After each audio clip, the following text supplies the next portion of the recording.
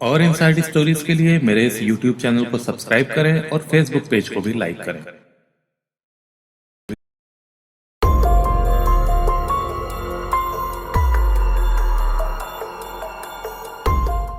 Moradabad Agra national highway पर एक गांव है शिमला ठेर, जो थाना कुंदरकी के अंडर आता है। पिछले साल 9 सितंबर को इसी गांव के रहने वाले दो भाई लक्ष्मण और ओमकार अपने भतीजे शिवम के साथ खेत में पानी लगाने पहुंचे थे। उन्हें दिन में ही पानी लगाना था, लेकिन दिन में बिजली नहीं थी, इसलिए वो लोग रात में गए थे। रात होने की वजह से वो लोग टॉर्च भी साथ लेकर गए थे।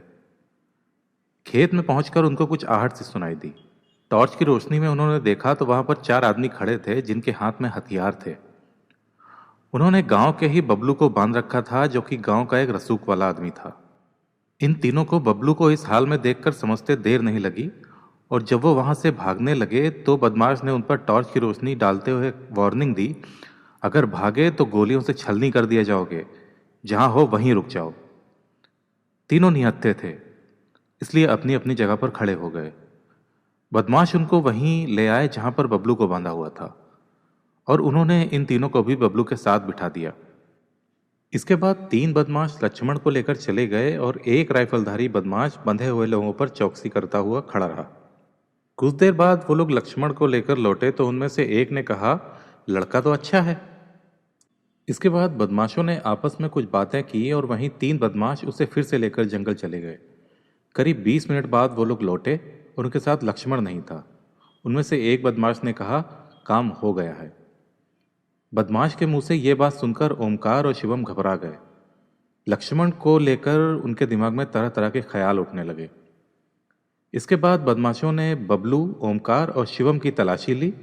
उनके पास से जो भी मिला उसे लेकर उन बदमाशों ने तीनों को औंधे मुंह लिटा दिया और उनके ऊपर चादर डालकर धमकी दी कि वो अपनी अगर खैर चाहते हैं तो इसी तरह से पड़े रहें। डर की वजह से वे लोग उसी तरह से पड़े रहे। जब उन्हें लगा कि बदमाश चले गए हैं तो बबलू ने चादर हटाकर इधर उधर देखा। वहां पर कोई भी नहीं दिखा, तो उसने ओमकार और शिवम से कहा, लगता है कि वो लोग चले गए। किसी तरह बबलू ने अपने हाथ खोलकर उन दोनों के भी हाथ खोले।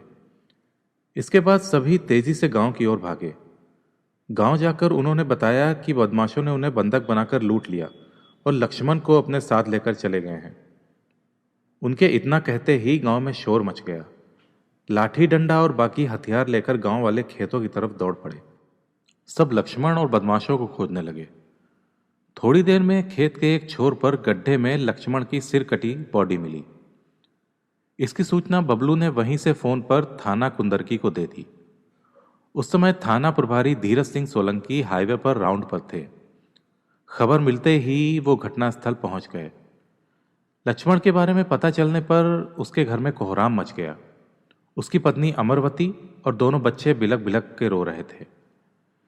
एसएसपी के आदेश पर रात में ही घटनास्थल के आसपास चेकिंग शुरू कर दी गई, लेकिन ना बदमाशों का सुराग मिला और ना ही लक्ष्मण का सिर। सवेरा होने पर पुलिस ने घटनास्थल की जरूरी कार्रवाई पूरी करके लाश को पोस्टमार्टम के लिए मुरादाबाद भिजवा दिया। हालांकि बबलू लक्ष्मण के घर वालों के दुख में शरीक होकर हर काम में बढ़ चढ़कर भाग ले रहा था, फिर भी पुलिस वालों को यही लग रहा था कि इस वारदात में हो ना हो बबलू का हाथ है, क्योंकि बबलू और लक्ष्मण के परिवार के बीच रिश्ते अच्छे नहीं थे। जैसे जैसे आसपास के गांव में बात फैल रही थी, वो लोग क्राइम स्पॉट से होते हुए शिमला ठेर गांव में जमा होते जा रहे थे। लक्ष्मण के घर के सामने इकट्ठा लोगों का पुलिस के प्रति गुस्सा बढ़ता जा रहा था। लक्ष्मण का सिर न मिलने से लोगों का गुस्सा फूट पड़ा और उन्होंने मुरादाबाद आगरा हाईवे पर जाम लगा दिया। कुछ ही देर बाद राजमार्ग के दोनों तरफ कई किलोमीटर लंबा जाम लग गया। सूचना मिलने पर थाना पुलिस के अलावा सीओ अर्चना सिंह भी वहां पहुंच गई। उन्होंने भीड़ को समझाने की कोशिश की, पर लोग वहां से नहीं हटे। तब एसएसपी प्रीतिंदर सिंह और एसपी उदय शंकर सिंह भी वहां पहुंच गए। एसएसपी ने प्रदर्शनकारियों से कहा कि पुलिस को कुछ समय दें, लक्ष्मण का सिर व कातिल जल्दी से जल्दी पकड़े जाएंगे। उनके समझाने के बाद उत्तेजित लोगों ने जाम खोल दिया। 10 सितंबर को पोस्टमार्टम के बाद लक्ष्मण का शव उसके घर वालों को सौंप दिया गया और उसी दिन उन्होंने उसका अंतिम संस्कार भी कर दिया। उस समय भारी संख्या में पुलिस भी मौजूद थी। पोस्टमार्टम रिपोर्ट में बताया गया था कि लक्ष्मण का सिर किसी तेज धारदार हथियार से एक झटके में ही अलग कर दिया गया था। लक्ष्मण ने इससे पहले बचने के लिए हाथापाई भी की थी, क्योंकि उसकी कलाइयों पर गहरे चोट के निशान थे। लक्ष्मण के भाई ओमकार के कहने पर पुलिस ने गांव के ही बबलू और 4 अज्ञात लोगों के खिलाफ धारा 302, 201 और 34 के तहत रिपोर्ट दर्ज कर ली। अगले दिन ये मामला अखबार की सुर्खियों में आया तो इलाके में सनसनी फैल गई। चूंकि रिपोर्ट बबलू के नाम दर्ज थी, इसलिए पूछताछ के लिए उसे थाने लाया गया। पूछताछ में वो खुद को इनोसेंट बता रहा था। उसने बताया कि बदमाश ने उसकी जेब से 3,000 रुपए भी निकाल लिए थे। जब बबलू से कोई क्लू नहीं मिला तो पुलिस ने उसे घर वापस भेज दिया। पुलिस का पहला काम लक्ष्मण का सिर ढूंढना था। अपने स्तर पर वो सिर की तलाश कर रही थी। पीड़ित परिवार के दबाव में पुलिस बबलू को जब थाने बुलाती तो कोई ना कोई राजनीतिक रसूख वाला उसकी हिमायत करने थाने पहुंच जाता। पुलिस ने उससे सख्ती से भी पूछताछ की, पर वो रो रो कर खुद को निर्दोष बताता रहा। इसके बाद उसे इस हिदायत के साथ छोड़ दिया गया कि वो गांव में ही रहेगा और जब भी जरूरत पड़ेगी उसे थाने आना पड़ेगा। बबलू ने पूरे गांव और पुलिस से कहा था कि इस वारदात में अगर मेरा हाथ पाया जाए तो मुझे सरेआम फांसी पर लटका देना। ये बात सभी जानते हैं कि मैंने इस परिवार की कितनी मदद की है। पुलिस ने बबलू का फोन सर्विलांस पर डाल रखा था। पिछले 1 महीने में उसने जिन जिन नंबरों पर बात की थी वो सभी सर्विलांस पे थे। जांच में पता चला कि घटना से पहले बबलू के मोबाइल पर छंगा उर्फ अकबर से बात हुई थी। पुलिस के खबरी के द्वारा छंगा के बारे में पता कराया गया तो जानकारी मिली कि वो घर पर नहीं है। वारदात को 27 दिन हो चुके थे, मगर लक्ष्मण का सिर नहीं मिला था। पुलिस की हिदायत की वजह से बबलू सतर्क था। वो कहीं आता जाता नहीं था। 6 अक्टूबर 2017 को बबलू ने किसी से फोन पर कहा कि वो गांव शिमला ठेर के बाहर अमरूद के बगीचे में आ जाए, वहीं बात करेंगे। ये बात सर्विलांस टीम को पता चल गई। थाना प्रभारी के खबरी से गांव के बाहर की अमरूद के बाग के बारे में पूछा और उस पर नजर रखने को कहा गया। खबरी की सूचना पर पुलिस ने गांव शिमला ठेर के बाहर अमरूद के बाग में दबिश देकर वहां से बबलू के अलावा 3 और लोगों को हिरासत में लिया, जबकि 3 लोग भाग गए। हिरासत में लिए गए लोगों को थाने लाकर पूछताछ की गई तो उन्होंने अपना नाम शबाबुल, फरीद और गुलाम नबी बताया। उन्होंने बताया कि बाकी 3 लोग जो फरार हुए हैं वो हैं अकबर, राशिद और पिंटू, जिनमें अकबर का दूसरा नाम छंगा है। उन सभी से जब पुलिस ने सख्ती से पूछताछ की तो उन्होंने न सिर्फ अपना गुनाह कबूला, बल्कि उनकी निशानदेही पर एक गड्ढे में दबाया हुआ लक्ष्मण का सिर भी बरामद हुआ। उस पर उन्होंने ऐसा केमिकल लगा रखा था जिससे वो करीब 1 महीने तक जमीन में दबा होने के बावजूद भी खराब नहीं हुआ था। पूरी वारदात के बारे में उन्होंने जो बताया वो चौंकाने वाला था। उत्तर प्रदेश के जनपद मुरादाबाद से कोई 18 किलोमीटर दूर थाना कुंदरकी, इसी थाने के गांव शिमला ठेर में बबलू अपने परिवार के साथ रहता था। वो एक संपन्न आदमी था। उसके पास 4 ट्रैक्टर और 6 ट्रक हैं। वो ट्रैक्टरों से खेतों की जुताई करता है और ट्रकों से मुरादाबाद के रेलवे माल गोदाम आने वाले सीमेंट को अलग अलग गोदामों तक पहुंचवाता था। इस सब से उसकी अच्छी कमाई हो रही थी। इधर लक्ष्मण का छोटा भाई टिंकू बबलू के ट्रक पर पल्लेदारी करता था। वो मेहनती और ईमानदार था। बबलू उस पर बहुत विश्वास करता था, जिसकी वजह से उसका बबलू के घर भी आना जाना हो गया था। बबलू अपने काम धंधे में व्यस्त रहता था, इसलिए बबलू की पत्नी कमलेश टिंकू से ही घर का सारा सामान मंगवाती थी। ऐसे में कमलेश और टिंकू के संबंध बन गए थे। हालांकि दोनों की स्थिति में जमीन आसमान का अंतर था। कमलेश के सामने टिंकू की कोई औकात नहीं थी। इसके बावजूद कमलेश का टिंकू पर दिल आ गया था। शुरू में तो उनके संबंधों पर किसी को शक नहीं हुआ, लेकिन ऐसे संबंधों में कितनी भी सावधानी बरती जाए देर सवेर उजागर हो ही जाते हैं। कमलेश और टिंकू के संबंधों की बात भी गांव में फैल गई। बबलू गांव का रसूखदार व्यक्ति था। टिंकू की वजह से उसकी गांव में अच्छी खासी बदनामी हो रही थी, इसलिए उसने तुरंत टिंकू को पल्लेदारी से हटा दिया। इसके बाद टिंकू का कमलेश के घर आना जाना बंद हो गया। कमलेश किसी भी हाल में टिंकू को छोड़ना नहीं चाहती थी, लिहाजा फोन पर बोलकर वो टिंकू को अपने खेतों में बुला लेती थी। बबलू ने कई बार अपनी पत्नी कमलेश को समझाने की कोशिश की, मगर वो नहीं मानी। इस पर बबलू ने टिंकू को ही ठिकाने लगाने की ठान ली। बबलू के गांव के नजदीक ही इमरतपुर ऊधो गांव है।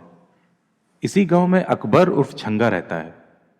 वो वहां का माना हुआ बदमाश था। कई थानों में उसके खिलाफ दर्जन भर मामले दर्ज थे। बबलू ने उससे बात करके 3 लाख रुपए में टिंकू के सफाई का सौदा कर डाला। छंगा का एक भतीजा शवाबुल सुपारी किलर था। उस पर भी 10-12 केस चल रहे थे। छंगा ने शवाबुल से बात की। वो मुरादाबाद के जयंतीपुर में अपनी 2 बीवियों के साथ रहता था। उसे अपना मकान बनाने के लिए पैसों की जरूरत थी, इसलिए वो 2 लाख रुपए में राजी हो गया। इसी बीच फरीद और गुलाम नबी नाम के 2 व्यक्तियों ने इसी शवाबुल से एक यंग लड़के का सिर मांगा था और इसके लिए उन्होंने शवाबुल को 2 लाख रुपए भी दिए थे।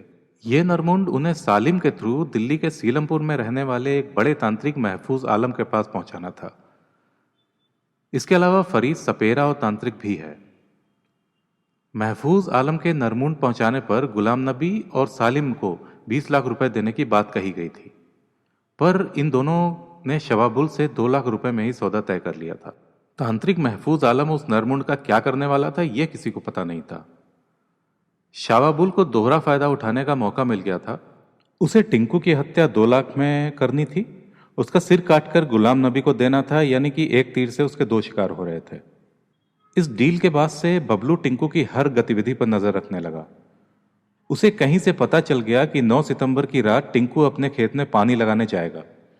यह बात उसने छंगा को बता दी। छंगा ने शवाबुल को सूचित कर दिया। पूरी योजना बनाकर छंगा, शवाबुल, फरीद, गुलाम नबी और बबलू टिंकू के खेत के पास पहुंच गए। रास्ते में उन्होंने ठेके से शराब खरीदी।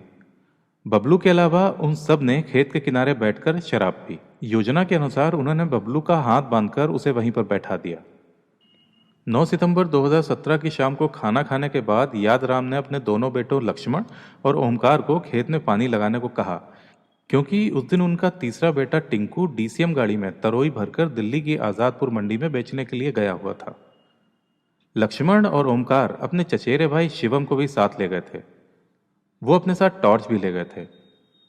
जब वे खेत पर पहुंचे तो उन्हें वहां 4 बदमाश मिले और बबलू उनके पास बैठा हुआ था। उसके हाथ पीछे से बंधे हुए थे। बदमाशों ने धमकी देकर उन तीनों को भी बांध दिया। बबलू ने देखा कि उन तीनों में टिंकू नहीं है तो वो चौंक गया, क्योंकि उसी के लिए तो उसने ये सब ड्रामा रचा हुआ था। बबलू ने जब देखा कि खेल बिगड़ रहा है तो उसने बदमाशों को बता दिया कि इनमें से जो बीच में है उसी का काम तमाम कर दिया जाए। बीच में लक्ष्मण था। इसके बाद एक बदमाश ने लक्ष्मण के हाथ खोल दिए और 3 लोग शवाबुल, फरीद और गुलाम नबी लक्ष्मण को अंधेरे में अपने साथ लेकर गए। छंगा राइफल लिए बाकी के पास खड़ा रहा। करीब 5 मिनट बाद वो लक्ष्मण को वापस लेकर आए। उन्होंने बबलू से फिर बात की और कहा लड़का अच्छा है। बबलू ने उनसे कहा कि कोई बात नहीं, इसी का काम तमाम कर दो। तब शवाबुल, फरीद और गुलाम नबी लक्ष्मण को फिर से जंगल में ले गए। तीनों ने लक्ष्मण को जमीन पर गिरा दिया। लक्ष्मण जान पर खेलकर उनसे भिड़ गया, पर वो अकेला तीनों का मुकाबला नहीं कर सका। बदमाशों ने उसे फिर नीचे गिरा दिया। वो उठ न सके, इसके लिए फरीद ने उसके दोनों पैर पकड़ लिए और गुलाम नबी ने सर के बाल पकड़ लिए। तभी शवाबुल ने फरसे से एक ही बार में उसका सिर धड़ से अलग कर दिया। लक्ष्मण चिल्ला भी नहीं सका। उसका सिर कलम करके वे उन बंदूकों के पास आकर बोले कि काम हो गया है। ये काम करने में उनको केवल 20 मिनट लगे थे। इसके बाद वो बंदूकों को उल्टा लिटाकर उनके ऊपर चादर डालकर चले गए। वो चादर ओमकार अपने साथ घर ले आया था। शाबाबुल ने लक्ष्मण का सिर गुलाम नबी तांत्रिक के हवाले कर दिया।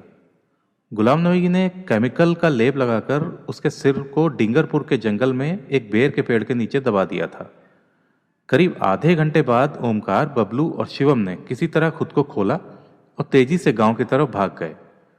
उनके शोर मचाने पर गांव वाले जंगल की तरफ बदमाशों की तलाश में निकले। जंगल में लक्ष्मण की बॉडी मिलने पर बबलू ने ही कुंदरकी पुलिस को फोन करके सूचना दी थी। इतनी बड़ी घटना को अंजाम देने के बाद भी बबलू लक्ष्मण की अंतिम क्रिया तक में साथ रहा। सभी कर्मकांडों में उसने अपना सहयोग दिया। लक्ष्मण की चिता में फूल चुनने के समय भी वो उनके घर वालों को साथ था। अरेस्ट किए गए अभियुक्तों से पूछताछ करके पुलिस ने उनकी निशानदेही पर फरसा भी बरामद कर लिया। इनकी निशानदेही पर पुलिस ने अन्य 2 अभियुक्तों राशिद और सालिम को भी गिरफ्तार कर लिया था। सालिम पूर्व ग्राम प्रधान भी था। फरार अभियुक्तों की तलाश में पुलिस ने कई स्थानों पर दबिशें डाली, पर पुलिस को सफलता नहीं मिल सकी। इस बीच छंगा उर्फ अकबर ने 12 अक्टूबर 2017 को मुरादाबाद कोर्ट में सरेंडर कर दिया। पुलिस ने कोर्ट में दरखास्त देकर छंगा को पुलिस रिमांड पर ले लिया और पूछताछ करके जेल भेज दिया। पुलिस सीलमपुर दिल्ली के तांत्रिक महफूज आलम को भी तलाश रही थी, जिसने 20 लाख रुपए में नरमुंड लाने की बात डिंगरपुर के तांत्रिक गुलाम नबी से तय की थी। पुलिस जब तांत्रिक के दिल्ली ठिकाने पर पहुंची तो वो फरार मिला। लोगों ने बताया कि महफूज तांत्रिक के पास देश के अलग अलग राज्यों से ही नहीं बल्कि अरब के शेख भी आते हैं। इससे पुलिस को शक है कहीं तांत्रिक ने इससे पहले भी किसी नरमुंड के लिए किसी तरह की हत्या तो नहीं कराई थी। आखिरकार पुलिस ने इसको 8 नवंबर की रात कुंदरकी कस्बे से ही अरेस्ट किया। इसके ऊपर 15,000 का इनाम भी रखा गया था। जानकारी के अनुसार महफूज आलम का नेटवर्क उत्तर प्रदेश, पंजाब, हरियाणा, राजस्थान और मध्य प्रदेश तक फैला हुआ है। महफूज मानव अंगों की तस्करी कर तंत्र क्रिया करता था। पुलिस सूत्रों का यह भी कहना है कि महफूज इन तंत्र विद्या की आड़ में अंगों का कारोबार करता था।